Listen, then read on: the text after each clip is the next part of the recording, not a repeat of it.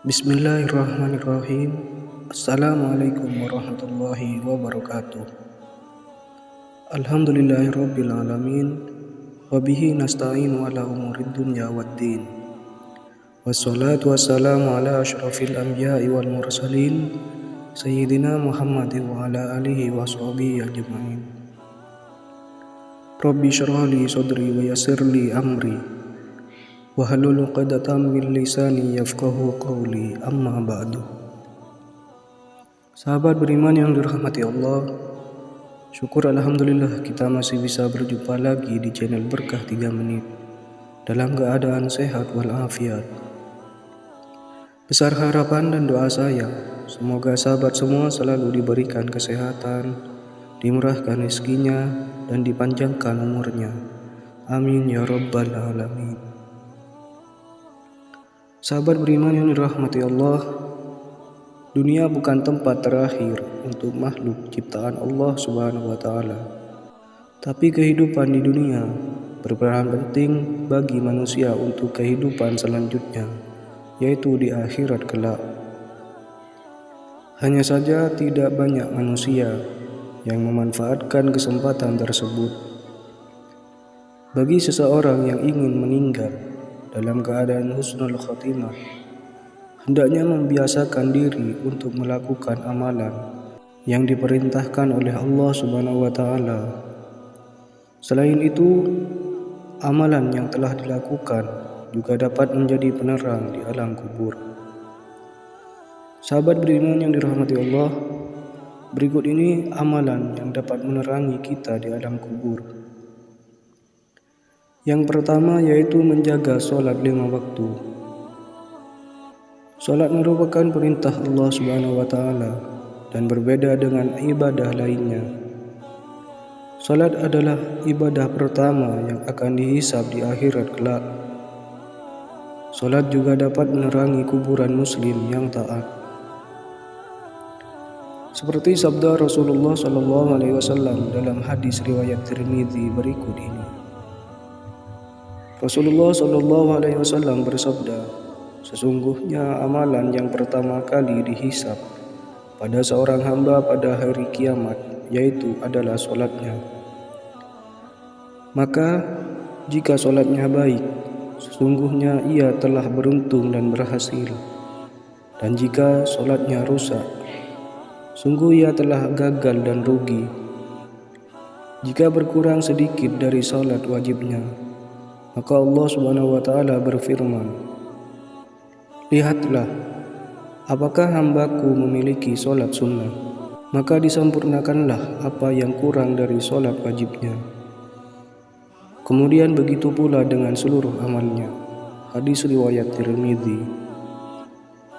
Yang kedua yaitu memperbanyak sedekah. Sahabat beriman yang dirahmati Allah, banyak ayat Al-Quran yang menjelaskan tentang perintah bersedekah. Hal ini bukan sekadar keikhlasan memberi, melainkan Rasulullah SAW memberitahukan bahwa sedekah dapat menjadi naungan umat manusia di hari kiamat kelak. Rasulullah SAW bersabda, naungan orang beriman di hari kiamat adalah sedekahnya. Hadis riwayat Ahmad. Yang ketiga yaitu banyak membaca Al-Quran. Sahabat beriman yang dirahmati Allah, sebagai umat muslim, membaca Al-Quran merupakan suatu ibadah yang dianjurkan. Sebagai kitab suci yang mulia, dengan membacanya akan membuat hati menjadi tenang. Rasulullah SAW pernah bersabda bahwa dengan membaca Al-Quran akan mendapat syafaat pada hari kiamat, serta senantiasa menjadi teman dan penerang di alam kubur. Bacalah Al-Quran, karena sesungguhnya di hari kiamat nanti ia akan menjadi syafaat kepada orang-orang yang mengikutinya. Hadis riwayat Muslim. Yang keempat yaitu perbanyak bertasbih. Yang terakhir yaitu perintah bertasbih. Perintah bertasbih ini sangat jelas disebutkan dalam Quran surah Al-Ahzab ayat 41 sampai 42. Hai orang-orang yang beriman, berzikirlah dengan menyebut nama Allah, zikir yang sebanyak-banyaknya, dan bertasbihlah kepadanya di waktu pagi dan petang. Al-Quran Surah Al-Ahzab ayat 41 sampai 42. Anjuran bertasbih ini tentunya tidak akan luput dari keutamaan yang akan didapat oleh seseorang yang melaksanakannya.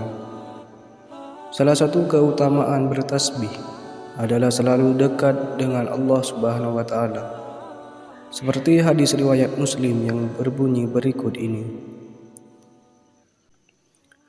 Dari Abu Hurairah radhiyallahu anhu, dia berkata, Nabi SAW bersabda, Allah Azza wa Jalla berfirman, Aku sesuai prasangka hambaku kepadaku, dan aku akan bersamanya selama ia mengingatku. Jika ia mengingatku dalam dirinya, maka aku akan mengingatnya dalam diriku. Jika ia mengingatku dalam sekumpulan orang, maka aku akan mengingatnya dalam sekumpulan yang lebih baik dan lebih bagus darinya. Jika ia mendekat kepadaku satu jengkal, maka aku akan mendekat kepadanya satu hasta.